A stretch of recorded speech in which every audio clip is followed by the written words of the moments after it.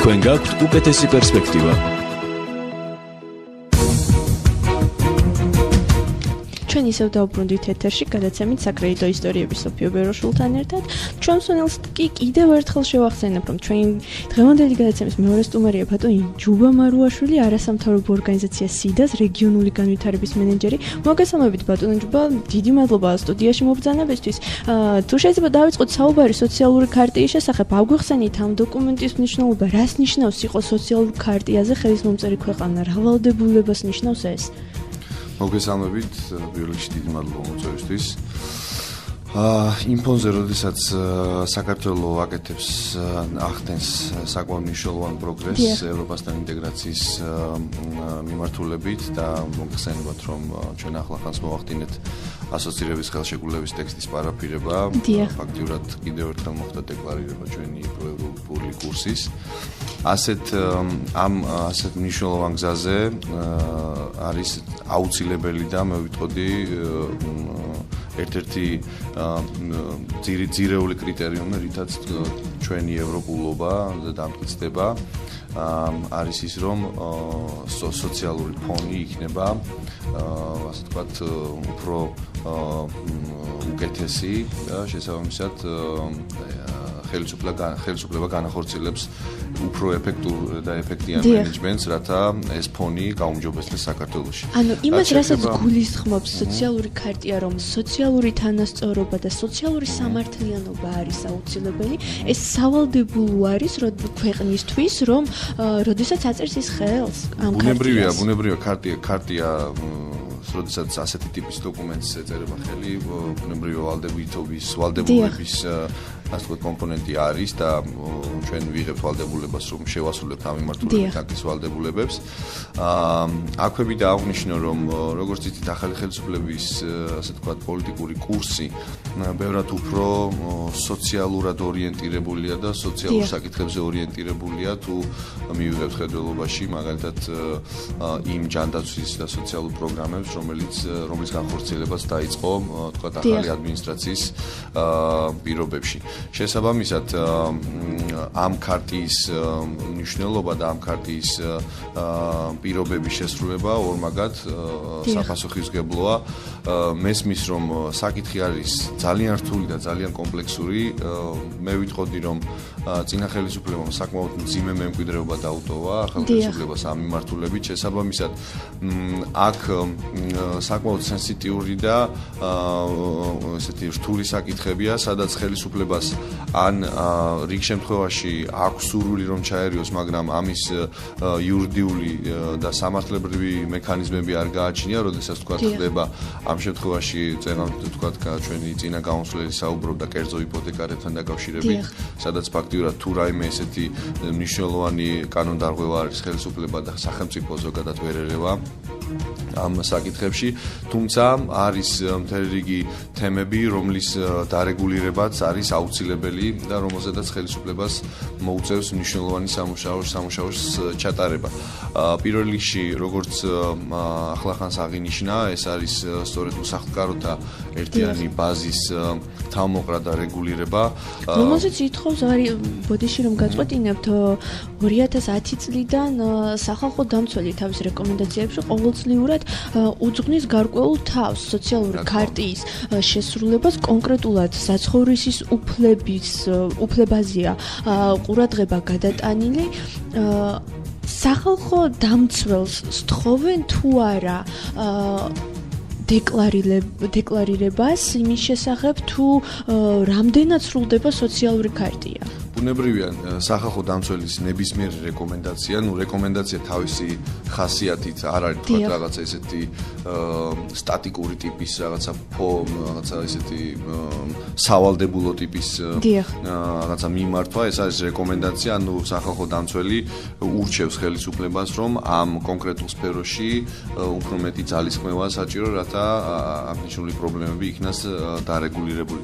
მე ყურადღებას გავამახვილებდი რეგიონებში არსებულ მდგომარეობაზე ამ კუთხით. ჩვენ ვიცით, რომ ფაქტიურად მუნიციპალიტეტებში არ არსებობს ასევე ბინად ფლობელობის ასე ვთქვათ რესურსები მუნიციპალიტეტებს არ გააჩნიათ ქონება რათა ვთქვათ სახელმწიფოს ჩარევის შემთხვევაში უსახლკაროდ დარჩენილ ადამიანებს შესთავაზონ ალტერნატიული ფართები. და ეს ხომ არ არის ზუსტად იმის გამომწვევი პრობლემა, რომ ადგილობრივი მუნიციპალიტეტები კანონის ვალდებულებას არ ასრულებენ იმ კუთხით, რომ ისინი არ აწარმოებენ უბინაოდ დარჩენილი ადამიანების აღრიცხვიანობას თავის რაიონში. იცით, აქ ორი რამ არის თავარი. ერთი რომ შესაძლოა არ და ვერ აფიქსირებენ ამ უსახლკარო ადამიანებს, რადგან როგორც ვიცით, ხშირია შემთხვევები, როდესაც რამოდენიმე ოჯახი არის ერთი ფართის ქვეშ გაერთიანებული და შესაბამისად ისინი ვერ ხვდებიან სოციალურ დაუცველთა ბაზაში და შესაბამისად ისინი არ ითვლებიან უსახლკაროდ. თუმცა აქ არის მეორე პრობლემაც ჩვენ ასე ვთქვათ თვითმმართველობის რეფორმაზე მუშაობისას ძალიან ხშირად წავაწყდით ისეთ პრობლემებს, როგორიც არის მაგალითად თვითმმართველობის და მუნიციპალიტეტის გეოგრაფიულად რაიმე ფართიან ტერიტორია მდებარეობს ამა თუ იმ მუნიციპალიტეტის შემადგენლობაში, მაგრამ მუნიციპალიტეტს არ გააჩნია სამართლებრივი მექანიზმები, რათა მოახდინოს ამ ფართის ვთქვათ კონტროლი და ვთქვათ ვინმესთვის გადაცემა. შესაბამისად, სწორედ აქ არის მნიშვნელოვანი თვითმმართველობის რეფორმის განხორციელება, რათა მუნიციპალიტეტებს მიეცეთ უფრო მეტი მოქნილობა, უფრო მეტი ლეგიტიმური რესურსები და სახსრები, რათა განახორციელონ ვთქვათ ამ ადამიანების ბინებით უზრუნველყოფა და ფართებით უზრუნველყოფა. რამდენად აუცილებელია ქვეყნისთვის, რომ სოციალური ქარტის პუნქტები იყოს შესრულებული? საერთაშორისო იმიჯს გულისხმობ. მნიშვნელოვანია, მე როგორც თავში დავიწყე, ახლაც გავიმეორებ და ვიტყვი, რომ ეს არის აუცილებელი. განსაკუთრებით იმ ფონზე, რომ ჩვენ გვაქვს ერთი წელი ფაქტიურად წინ, როდესაც პარაფირებული ხელშეკრულებას უნდა მოეწოროს ხელი და ის ძალაში შევიდა, შესაბამისად ამ ერთი წლის განმავლობაში განსაკუთრებულად უფრო გაძლიერდება დაკვირვება ევროკავშირის და ევროპული ქვეყნების მხრიდან, რამდენად მზად ვართ ჩვენ იმაღებული ვალდებულებების შესასრულებლად, მათ შორის ერთ-ერთი უმნიშვნელოვანესი ვალდებულება სწორედ საქართველოს მოქალაქეების სოციალური პირობების გაუმჯობესება. მე ვიტყოდი, ეს არის ერთ-ერთი უმთავრესი თემა, ერთ-ერთი უმთავრესი საკითხი, რომლითაც ახალი ხელისუფლება მოვიდა მმართველობაში და სათავეში. შესაბამისად, მე ვფიქრობ, ეს იქნება მომავალშიც ერთ-ერთი უმთავრესი მიმართულება, რომელზედაც ჩვენ მოგვიწევს ევროკავშირთან აქტიური თანამშრომლობა. ძალიან ბევრი საკითხია დასარეგულირებელი, როგორც კანონმდებლობის კუთხით, ასევე პრაქტიკული განხორციელების თვალსაზრისით. კანონმდებლობაზე იცით, რომ არის ერთ-ერთი ძალიან მნიშვნელოვანი მე ვიტყოდი დანაკლისი და წინააღმდეგობა, რომელზედაც აუცილებელია რომ ვიმუშაოთ ჩვენ სამოქალაქო სექტორმას და ხელისუფლებამ. გულისხმობ კანონში ჩანაწერს, სადაც ფაქტურად კანონი ამბობს, რომ თუ ადამიანი თქვა ცხოვრობს რაღაც ფარტში, თქვა მიუხედავად იმისა, ეს მისი ფარტი არის, მისი კუთვნილება თუ არა, ის უკვე აღარ ითვლება უსახლკაროდ და მას სოციალური თქვა დახმარებები და სიღატაკის ხوارს მიღმა ის აღარ ითვლება. შესაბამისად, ასეთი შემთხვევები და ლაფსები ძალიან ხშირი გვაქვს ქვეყანაში, როდესაც უსახლკარო ადამიანი პრაქტიკულად, მაგრამ ის ცხოვრობს სხვა ადამიანის ფარტში და შესაბამისად ის მას აკლდება ყველა ის სოციალური დახმარება, რომელიც რეალურად მას სახელმწიფოს განეკუთვნის. ფაქტიურად მერიის პროგრამა მინდა ამას ხაზი გაუსვა და ჩემი მხრიდან აღვნიშნო, რომ მერიის პროგრამა, რომელიც აშენებდა სოციალურ თავშესაფარს შვეიცარიელებთან ერთად, იქ იყო ასეთი პუნქტი, რომ ადამიანი, რომელიც არ ცხოვრობს რეგულარულად ერთი და იგივე ადგილზე, ის არ ითვლება სოციალურად დაუცველად. შესაბამისად, სოციალურად დაუცველად, როდესაც არ ითვლები, მას არ აქვს იმის პირობა, რომ მიიღოს ამ სოციალური თავშესაფარის, ასე ვთქვათ, ლოტოტრონის გათამაშებაში. აი, სწორედ ამას გულისხმობდი, თქვენ უფრო დააზუსტეთ ჩემი ნათქვამი და თქვათ, სწორედ ამას გულისხმობდი. დიახ, შესაბამისად, მე როდესაც ვარ დარჩენილი უბინაოდ და ხშირად მიწევს ფინანსური ასე ვთქვათ, სიდუხჭირის გამო ბინის შეცვლა, საცხოვრებელი ადგილის შეცვლა, რაც პირდაპირ პროპორციული არის სარეიტინგო ქულის ზრდასთან, რამდენად სამართლიანი არის ეს პუნქტი თქვენი აზრით? მე ვფიქრობ, როდესაც აღნიშნე, რომ ძალიან ბევრი საკანონმდებლო ნორმა არის დასახვეცი, ძალიან ბევრ საკითხზე არის სამსჯელო, ჩვენ სამოქალაქო სექტორი ამ კონკრეტულ საკითხზეც მზად ვართ, რომ ვითანამშრომლოთ ხელისუფლებასთან. მე მცირე რეკომენდაციის სახით ვიტყოდი, რომ კარგი იქნება თუ ჯანდაცვის სამინისტროში ჩამოყალიბდება გარკვეული საზოგადოებრივი საბჭო, სადაც არასამთავრობო სექტორი იქნება წარმოდგენილი. მე ამას ვიძახი მაგალითად დევნილთა განსახლების სამინისტროს მაგალითზე, სადაც საკმაოდ აქტიურად მიმდინარეობს კომუნიკაცია სამოქალაქო სექტორთან და შესაბამისად ის აი ეს საკითხები კონკრეტული სფერო, თუნდაც თქვენ რომ მოიყვანეთ, ეხლა ეს კონკრეტული მაგალითი, უფრო დეტალურად რო აგვიხსნათ, რა სახით მიმდინარეობს კომუნიკაცია დევნილებთან, იქნებ გაითვალისწინოს სამინისტრომ ეს მაგალითი. დიახ, ანუ არსებობს საზოგადოებრივი საბჭო, სადაც წარმოდგენილია ახალგაზრდა იურისტთა ასოციაცია და შესაბამისად მას აქვს კომუნიკაცია თელს არასამთავრობო სექტორთან, ჩვენ პარტნიორობა გვაქვს ერთმანეთთან, თანამშრომლობთ აქტიურად და ნებისმიერი საკითხი, ის ინიციატივა, რომელიც მოდის ვთქვათ სამინისტროს მხრიდან ღრმა ანალიზისა და განხილვის გარეშე არ შედის ზალაში და არ ხორციელდება. ასევე ხდება უკუგება და პირიქით ხდება მნიშვნელოვანი ინიციატივების წარდგენა სამინისტროში თვითონ სამოქალაქო სექტორის მხრიდან. მაგალითად ეხლა ხანს მიმდინარეობს დევნილთა საარსებო წყაროების, ასე ვთქვათ, სტრატეგიის შემუშავება, რომელიც აბსოლუტურად დაფუძნებულია სამოქალაქო ინიციატივაზე. ეს უნებრივი არის სამინისტროს სტრატეგია და ერთ-ერთი ხედვა და მათი ინიციირება, თუმცა ძალიან დიდი წვლილი შეაქვს სამოქალაქო სექტორს ამ სტრატეგიის შემუშავებაში. შესაბამისად, თუ რაიმე საკანონმდებლო ლაპსუსებია, თუ რაიმე თქვათ ხარვეზებია, ამაზე ღიად მიდის მსჯელობა და მე ვფიქრობ, რომ კარგი იქნება თუ ანალოგიურად მოხდება აღნიშნული საკითხების, განსაკუთრებით ისეთი სენსიტიური საკითხები, როგორც თქვათ უსაკაროთა პრობლემებია, იყო გარკვეული აქტივობები, თქვათ აი მაგალითად ორგანიზაცია იდენტობამ რაღაცა გარკვეული ინიციატივები თავშესაფრის ინიციატივით გაახმიანა, რომელზედაც მაგრამ ეს არის მაქსიმუმ 35 ოჯახზე გათვლილი, თუ სწორედ მახსოვს. მესმის, მაგრამ ეს არის ძალიან მნიშვნელოვანი ინიციატივა და კარგი ინიციატივა, თუ ეს ჩანსაღად განხორციელდება ბუნებრივად და მაინც რეაქციები, მაინც ჩანსაღი არ იყო ამ ინიციატივაზე. თუმცა ვფიქრობთ, რომ ეს ასე ცალკეული ინიციატივების დონეზე არ უნდა იყოს, ეს უნდა იყოს კარგად გაწერილი სახელმწიფო სტრატეგია, ხედვა, სადაც სამოქალაქო სექტორის მონაწილეობა იქნება მაქსიმალურად უზრუნველყოფილი. ჩვენ გავაგრძელებთ ამ თემაზე საუბარს, რეკლამის შემდეგ დაგველოდეთ. რადიო კომერსანტი წარმოგიდგენთ ანალიტიკურ გადაცემას საკრედიტო ისტორიები სოფიო ბეროშულთან ერთად.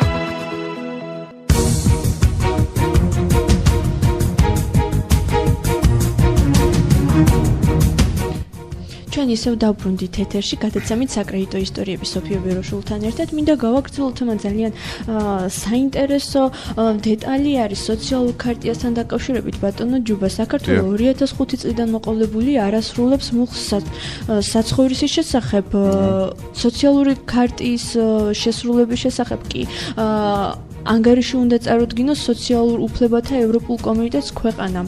რა გამოხმაურება შეიძლება მოყვეს ამ პუნქტების არ შესრულების შემთხვევაში და როგორ ისახება ეს ქვეყნის იმიჯზე 2005 წლიდან მოყოლებული, თუ გაქვთ ინფორმაცია? მოკლედ ამ დოკუმენტის 31 მუხლი პირდაპირ ამბობს, რომ საცხოვრებელ ადგილზე უფლების ეფექტურად განხორციელების მიზნით ხარები ვალდებულნი არიან, ან ვალდებულებას იღებენ. მიიღონ შესაბამისი ზომები, რომლებიც მიზნად ისახავს საცხოვრებელი ადგილით უზრუნველყოფას, უბინაობის პრობლემის თავიდან აცილებას და შერბილებას, მის თანდათანობით აღმოფხვრას. აქ არის ასევე საინტერესო ნაწილიც, რომ თუ თქვა საცხოვრებელ ბინებზე, ასე თქვათ, ფასები არის მაღალი, თქვა ხელისუფლებამ უნდა უზრუნველყოს იმ პირთათვის გარკვეული კომპენსაციები და თქვათ დაეხმარონ მათ ამ საცხოვრებელი პარტების სუბსიდირება მოახდინოს ფაქტიურად. ბუნებრივია შესაბამისი კომისიები, რომლებიც მუშაობენ ევროკავშირის მხრიდან, ამ საკითხებს აკვირდებიან და ის რეკომენდაციები, რომელიც წლიდან წლამდე გვეგზავნება ევროკავშირის მხრიდან, ეს საკითხები აუცილებლად იქნება ასახული. თუმცა მე აქვე მინდა მეორეს მხრივ გავიგო და ასე ვთქვათ, გავითვალისწინო ის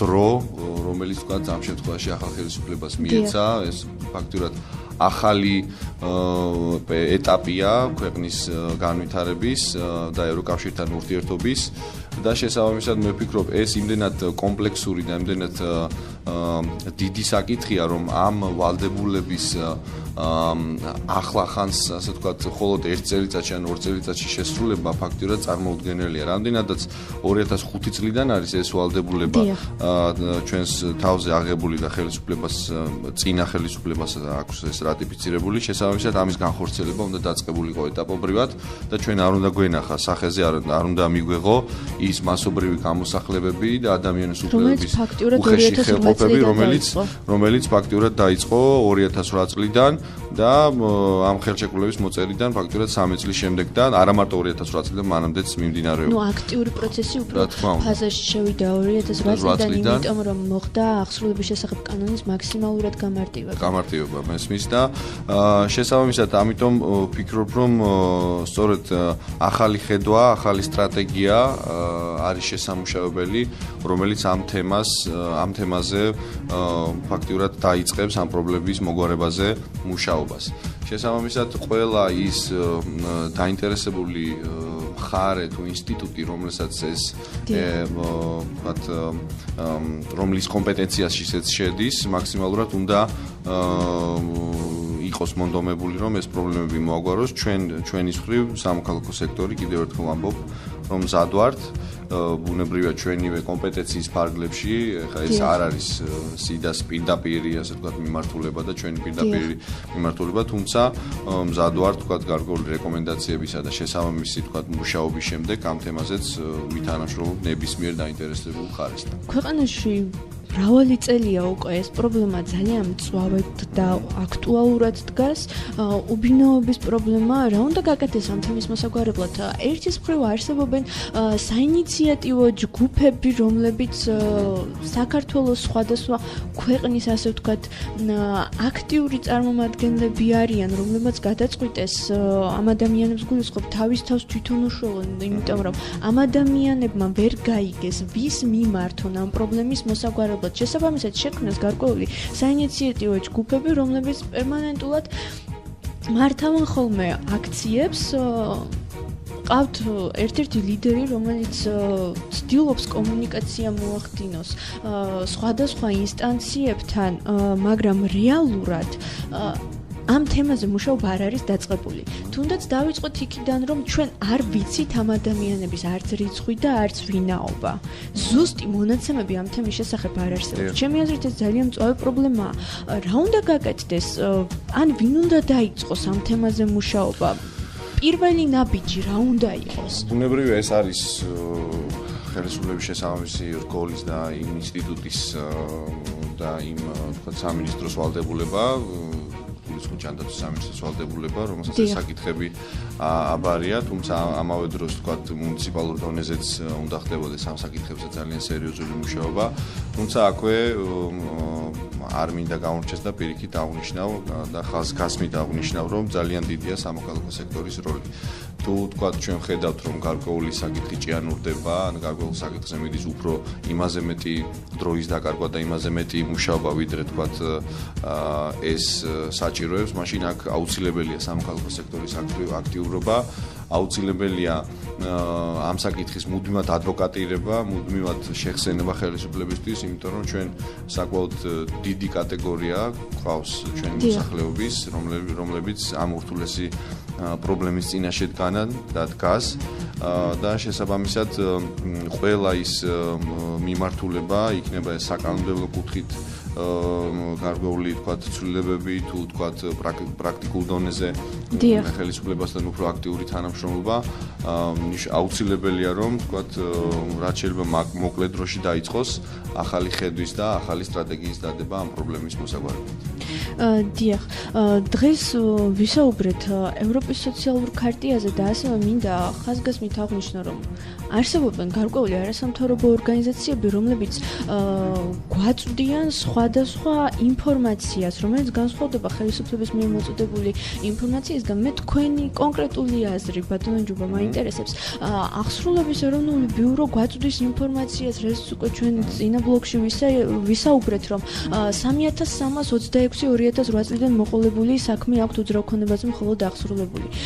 არასამთავრობო ორგანიზაცია სოციალური პროგრამების და განვითარების ცენტრი, რომელიც 2 წელია უკვე ამ თემაზე მუშაობს, მას ყავს აღრიცხული 15000 ოჯახი საქართველოს მასშტაბით უბინოდ დარჩენილი.